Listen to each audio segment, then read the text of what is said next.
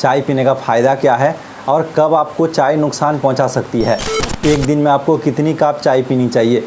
तो दोस्तों वीडियो बहुत ही इन्फॉर्मेटिव होने वाला है, तो बने रहिए वीडियो के अंत तक। ऐसे तो चाय पीने का बहुत सारा फ़ायदा है।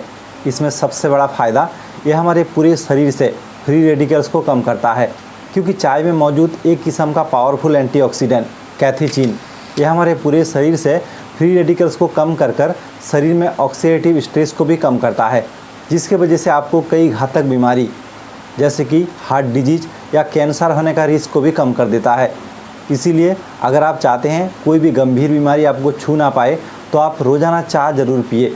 और दूसरी तरफ चाय में मौजूद टैनिन आपके स्किन को टोन करता है।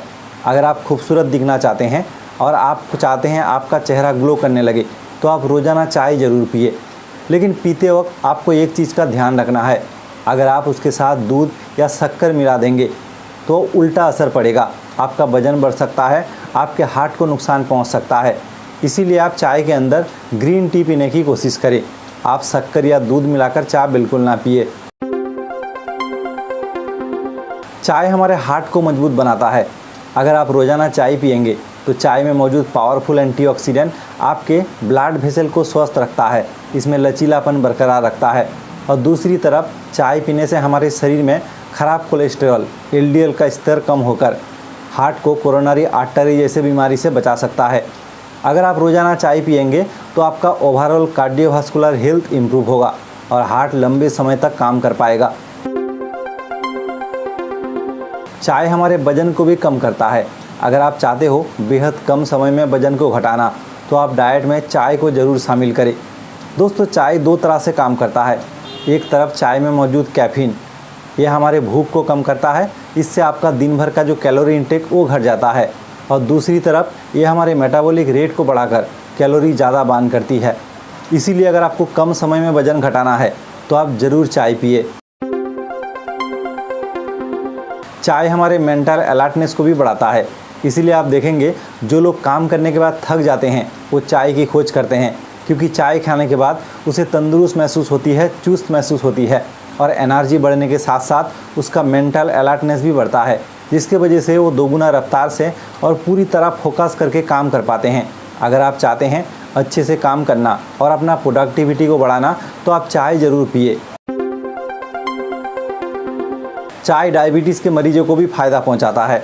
एक स्टडी के मुताबिक अगर कोई व्यक्ति रोज़ाना चाय पीते हैं तो उसे डायबिटीज़ होने का खतरा बहुत हद तक कम हो जाता है।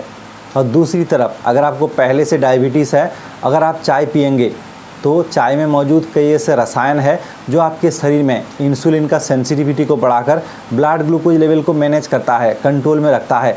अगर आप चाहते हो आपको डायबिटीज़ ना हो, या तो पहले से अगर डायबिटीज़ है, आपको अगर ब्लड ग्लूकोज लेवल को मैनेज करके रखना है तो आप रोज़ाना चाय ज़रूर पिए। तो दोस्तों चाय पीने का इतना सारा फ़ायदा है, फ़ायदे के साथ साथ आपको नुकसान भी पहुंचा सकती है। और नुकसान आपको कब पहुंचाएगी? अगर आप ज़्यादा मात्रा में चाय पिएंगे, खासकर देर रात चाय पिएंगे तो आपको नींद लेने में समस्या होगी। अगर आपको पहले से एंग्जाइटी की समस्या है और उसमें अगर आप ज़्यादा चाय पीते हैं तो आपका एंग्जाइटी लेवल बढ़ेगा, आपका हार्ट बीट भी बढ़ सकता है। इसीलिए आप ज़्यादा चाय का सेवन बिल्कुल ना करें।